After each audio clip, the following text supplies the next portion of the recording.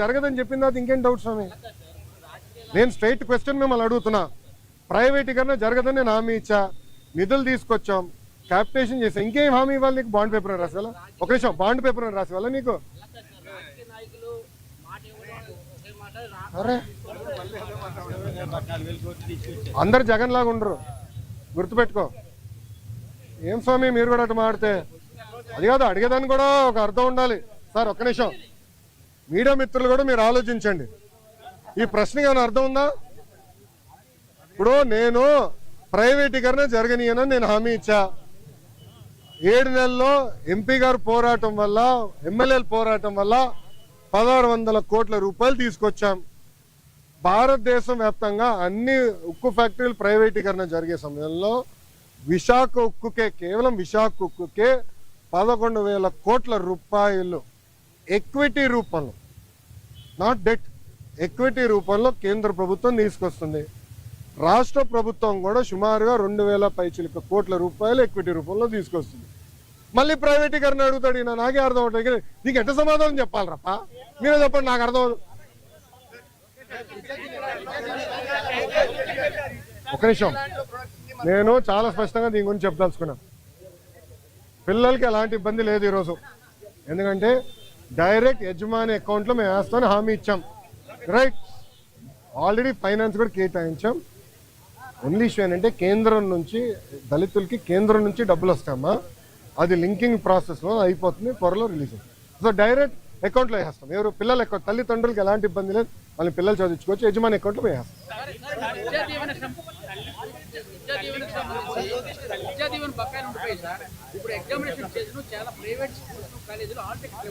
ఒక నిమిషం, ఎవరు ఇవ్వట్లేదు నాకు చెప్పండి, కఠినంగా యాక్షన్ తీసుకుంటా. ఒక నిమిషం, నేను యాక్షన్ తీసుకుంటా. ఒక నిమిషం, నేను యాక్షన్ తీసుకుంటా. ఒక నిమిషం అమ్మా, నేను పూర్తి చేయనండి. సార్ ఆగండి సార్. సార్ మీరు వినండి. మేము కలెక్టర్ గారికి క్లియర్గా చెప్పాము, ఆల్ మేనేజ్మెంట్స్తో మాట్లాడమని చెప్పాము. ఎవరినట్టు చేస్తే కఠినంగా మేము యాక్షన్ తీసుకుంటాం, దాంట్లో ఎలాంటి సందేహం లేదు. పిల్లలు ఆగే ఎగ్జామ్ రాసుకోవచ్చు, డైరెక్ట్గా కాలేజ్ అకౌంట్లో డబ్బులు వేసే బాధ్యత మాది. ఓకేనా? ఇప్పుడు ఒక నిమిషం, గత ప్రభుత్వం, ఒక నిమిషం చప్పట్లు కొట్టే మనలో, గత ప్రభుత్వం సుమారుగా 3,000 కోట్ల రూపాయలు బకాయిలు పెట్టిపోయింది. ఎందుకు పెట్టారో వాళ్ళని అడగండి, కోడిగుడ్డుని అడగండి ఒకసారి. ఎందుకు బకాయిలు పెట్టిపోయినాడు? 3,000 కోట్ల రూపాయలు మేము కట్టాల్సిన అవసరం, కడతాం, టైం పడుతుంది. ఇంకా ముందర ఇయర్ రెగ్యులరైజ్ చేయాలి, బకాయిలు కూడా ఫేజ్డ్ మేనర్గా మేము చెల్లిస్తాం. ఓకేనా?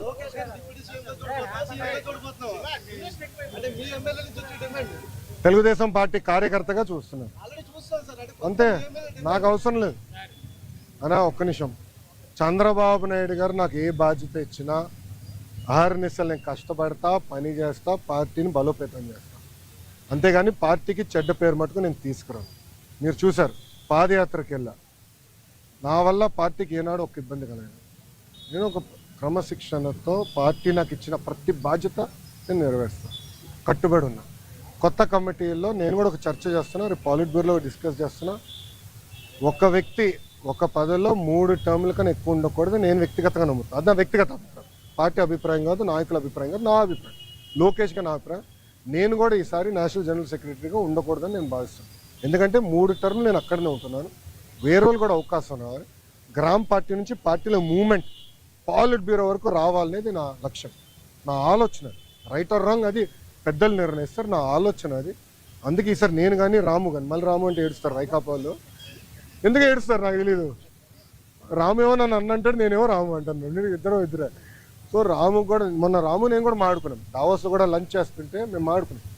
సో రాము కూడా ఏదన్నా నేను కూడా వేరే దానికి వెళ్దాం, వేరే వాళ్ళకి అవకాశం ఇద్దాం, పార్టీలో మూవ్మెంట్ రావాలని మేము అనుకుంటాం. ఓకే ఓకేమ్మా, థ్యాంక్ యూ. ఏంటన్నా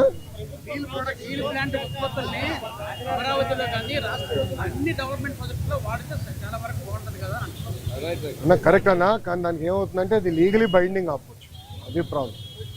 అంటే రేపు ఇప్పుడు ఓపెన్ మార్కెట్ ఉన్నప్పుడు ఏమవుతుందంటే, రేపు ఎవరన్నా కోర్టుకు వెళ్ళి ఒకటి కేసు ఇస్తాడు, ఇంకో వాళ్ళు ₹1 తక్కువ ఇస్తున్నారంటే ఫినిష్డ్, అడిగే వాళ్ళు గొడవలు అవుతుంది.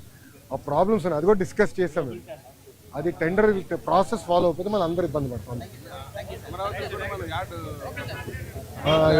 ఓకేనా, హ్యాపీనా, ఆల్ క్వశ్చన్ ఆన్సర్. సాక్షి కూడా రాలా, నెక్స్ట్ టైం పట్టుకురండి, నెక్స్ట్ టైం పట్టుకురండి సాక్షిని. నేను ఎక్కడనే ఉన్నా కదా. ఏం మరో సాక్షి టీవీ9 రాలా? వచ్చాడు, టీవీ9 వచ్చాడు, రెడీగా ఉన్నాడు. Okay boss, thank you sir, జై హింద్. పార్టీ ఆఫ్ కదా సార్, పార్టీ ఆఫ్